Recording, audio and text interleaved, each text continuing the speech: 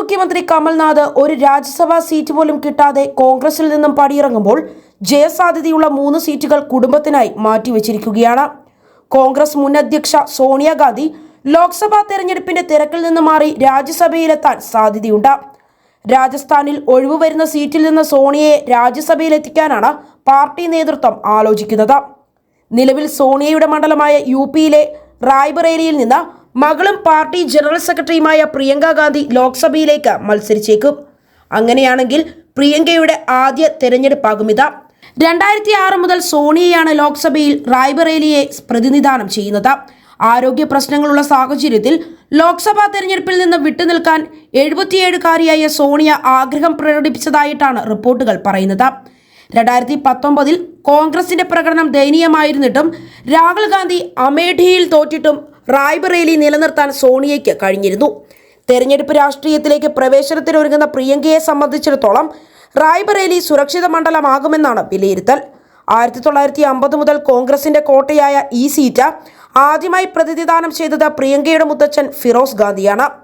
2019 ജനുവരിയിൽ ഔപചാരികമായി രാഷ്ട്രീയ പ്രവേശനം നടത്തിയ പ്രിയങ്ക ആ വർഷം വാരണാസിയിൽ പ്രധാനമന്ത്രി നരേന്ദ്രമോദിക്കെതിരെ മത്സരിക്കുമെന്ന് കരുതിയിരുന്നുവെങ്കിലും അവസാന നിമിഷം പിന്മാറി.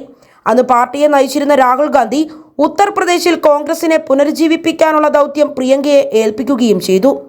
എന്നാൽ ലോക്സഭയിലേക്കും നിയമസഭയിലേക്കും നടന്ന തെരഞ്ഞെടുപ്പുകളിൽ BJP നേടിയ തകർപ്പൻ വിജയം ആ ശ്രമം തകർത്തു. ഈ മാസം 27-നാണ് 15 സംസ്ഥാനങ്ങളിലായി 56 രാജ്യസഭാ സീറ്റുകളിലേക്കുള്ള മത്സരം നടക്കുക. കോൺഗ്രസിൽ നിന്ന് മനു അഭിഷേക് സിംഗ്വി, അജയ് മാക്കൻ, അഖിലേഷ് പ്രസാദ് സിംഗ് എന്നിവർക്ക് സീറ്റ് കിട്ടാൻ സാധ്യതയുണ്ട് എന്ന് പാർട്ടി വൃത്തങ്ങൾ പറയുന്നു. സോണിയാഗാന്ധി മധ്യപ്രദേശിൽ നിന്ന് രാജ്യസഭയിലേക്ക് മത്സരിക്കണമെന്ന് സംസ്ഥാന കോൺഗ്രസ് ഘടകം അഭ്യർത്ഥിച്ചു. മധ്യപ്രദേശ് ജനതയുടെ ശബ്ദം രാജ്യസഭയിൽ കൂടുതൽ ശക്തമാക്കാൻ സോണിയുടെ സാന്നിധ്യം സഹായിക്കുമെന്നും PCC അഭിപ്രായപ്പെട്ടു. തെലങ്കാന മുഖ്യമന്ത്രി രേവന്ത് റെഡ്ഡിയും കഴിഞ്ഞയാഴ്ച സോണിയയോട് തന്റെ സംസ്ഥാനത്ത് ഒഴിവു വരുന്ന രാജ്യസഭാ സീറ്റിൽ നിന്ന് മത്സരിക്കാൻ അഭ്യർത്ഥിച്ചിരുന്നു. അതേസമയം ലോക്സഭാ തെരഞ്ഞെടുപ്പിൽ വളരെ നേരത്തെ കോട്ടയത്തെ സ്ഥാനാർത്ഥിയെ പ്രഖ്യാപിച്ച കേരള കോൺഗ്രസ് മാണി വിഭാഗം രംഗത്തു വന്നു. കോട്ടയത്ത് തോമസ് ചാഴിക്കാടനായിരിക്കും LDFന്റെ സ്ഥാനാർത്ഥിയെന്ന് ജോസ് കെ മാണിയാണ് പ്രഖ്യാപിച്ചത്. പാർട്ടി നേതൃയോഗങ്ങൾക്ക് ശേഷമാണ് ജോസ് കെ മാണി ചാഴിക്കാടന്റെ സ്ഥാനാർത്ഥിത്വം പ്രഖ്യാപിച്ചത്. വികസന കാര്യങ്ങളിൽ ഒന്നാമനാണ് തോമസ് ചാഴിക്കാടനെന്ന് ജോസ് കെ മാണി വാർത്താ സമ്മേളനത്തിൽ പറഞ്ഞു. തീരുമാനം ഏകകണ്ഠമായിരുന്നുവെന്നും ജോസ് കെ മാണി കൂട്ടിച്ചേർത്തു. 1991 നിയമസഭാ തെരഞ്ഞെടുപ്പിൽ ഏറ്റുമാനൂരിൽ സ്ഥാനാർത്ഥിയായിരുന്ന സഹോദരൻ ബാബു ചാഴിക്കാടൻ ഇടിമിന്നലേറ്റ് മരിച്ചതിനെ തുടർന്ന് സഹോദരനായ തോമസ് ചാഴിക്കാടനെ KM മാണിയാണ് രാഷ്ട്രീയത്തിൽ ഇറക്കിയത്.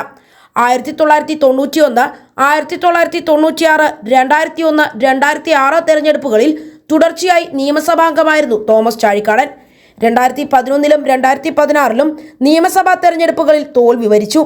2019 പാർലമെന്റ് തെരഞ്ഞെടുപ്പിൽ അപ്രതീക്ഷിതമായി കോട്ടയം പാർലമെന്റിൽ സ്ഥാനാർത്ഥിയായി. CPM VN വാസവനെ 1,06,259 വോട്ടുകൾക്കാണ് തോൽപ്പിച്ചത്.